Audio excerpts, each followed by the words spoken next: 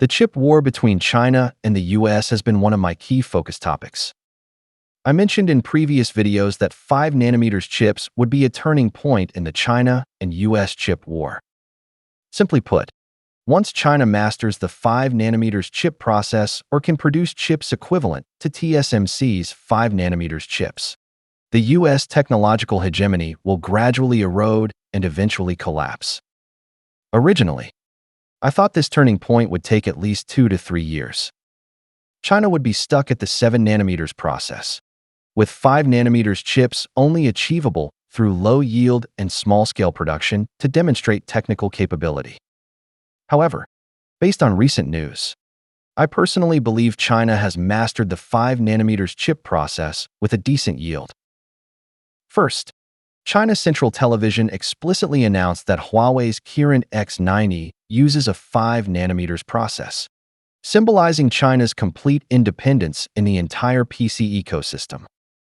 Meanwhile, specific test data circulating on media platforms confirms the chip's performance is comparable to Apple's M2 chip, fitting within the performance range of the 5 nm process. We also noticed that Huawei is not only rapidly launching new AI chips, but also releasing various smartphones, tablets, and computers, which require large quantities of advanced process chips. This indicates that mass production issues have been resolved. Of course, mastering the 5 nm process still lags behind TSMC's industry-leading 3 nm and 2 nm processes. But the significance of 5 nm lies in its breakthrough in EUV lithography technology, allowing China to advance to 3 nm and 2 nm in the future. Moreover, the efficiency of 5 nm chips is already excellent. With proper optimization, product experience can fully reach industry-leading levels. This is validated by the user experience and reputation of Huawei's phones and tablets. Huawei's X90 chip is used in the MateBook Pro and MateBook Fold, both of which have received positive feedback from regular users and professional teams. Even media unfriendly to Huawei must admit that their smoothness surpasses Windows PCs, matching Apple's macOS and even feeling better in some cases. Next, let's discuss another competitive frontier: AI. Huawei's AI chips lag behind NVIDIA in single-card performance, but are steadily catching up. Since AI chips can be made larger and stacked with more layers, Huawei can accelerate its pursuit of NVIDIA in single-card performance without being overly constrained by the process. Moreover, with its unique all-optical interconnect technology, Huawei can build larger AI computing clusters, with a single cluster connecting 384 computing cards, known as Cloud Matrix 384. Its overall performance surpasses NVIDIA's clusters, though it falls behind in power efficiency. As the world's largest electricity producer and leader in green energy, China doesn't mind consuming slightly more power to achieve the most powerful computing capabilities. The current competition in large-scale AI models is now down to China and the US, with other countries unable to keep up. NVIDIA's AI computing chips, supported by the CUDA ecosystem and TSMC's advanced processes, lead in market acceptance over Huawei. However, the US government banned NVIDIA from selling advanced AI computing chips to China, and its downgraded versions underperform compared to Huawei's, with too much unpredictability. This effectively means the US government has killed NVIDIA's dominance in the Chinese market, creating a massive AI computing market for Huawei. With a stable market share, Huawei, Cambricon, and other Chinese AI chip companies can earn enough profits to accelerate product iteration. Because the US government often uses technology controls as a weapon, most countries globally dare not overly rely on US technology.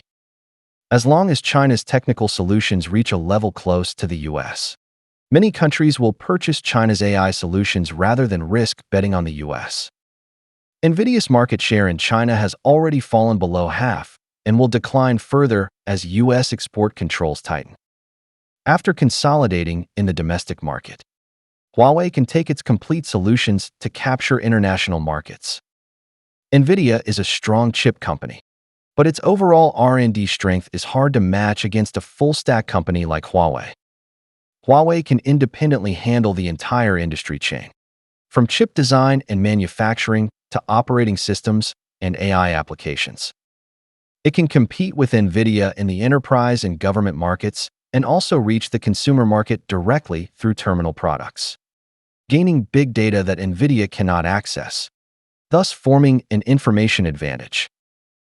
In fact, Huawei is aggressively expanding chip production capacity in China while promoting the operation of over a dozen wafer fabs, which involves enormous investment pressure and risks. But U.S. government suppression has earned Huawei near unlimited resource support from the Chinese government. This support is injected through market-oriented operations, making it more efficient than government institutions or state-owned enterprises. Similarly, with government policy backing, Huawei barely needs to worry about investment returns or the risk of failure, focusing only on integrating resources and overcoming technical challenges. This model is not advantageous in an open market, as it ultimately loses in efficiency to a fully market-driven industry chain. However, as China and the U.S. decouple and two separate tech industry chains become imminent, this model is more efficient and stable than the market-driven approach. I believe the U.S. advantage in high-end chips and large-scale AI models will completely collapse within 3 to 5 years. China will fundamentally break the U.S. technological monopoly, shifting from a passive to an active position in the tech war. The technological advantages the U.S. can maintain over the next decade will be limited to the internet infrastructure built by Silicon Valley giants like Google, Microsoft, Meta, and Apple, including search engines, GMS services, operating systems, office software, and app distribution channels. In other areas, the U.S. will be surpassed by China and shift to passive defense. The U.S. will have to abandon its current condescending attitude toward allies, instead relying on emotional ties to beg for support for its tech ecosystem. Outside the Western system, U.S. technological influence will face a catastrophic collapse. Of course, my access to information is limited, and my analytical ability is not top tier. These conclusions can only be verified by time. Let's wait and see.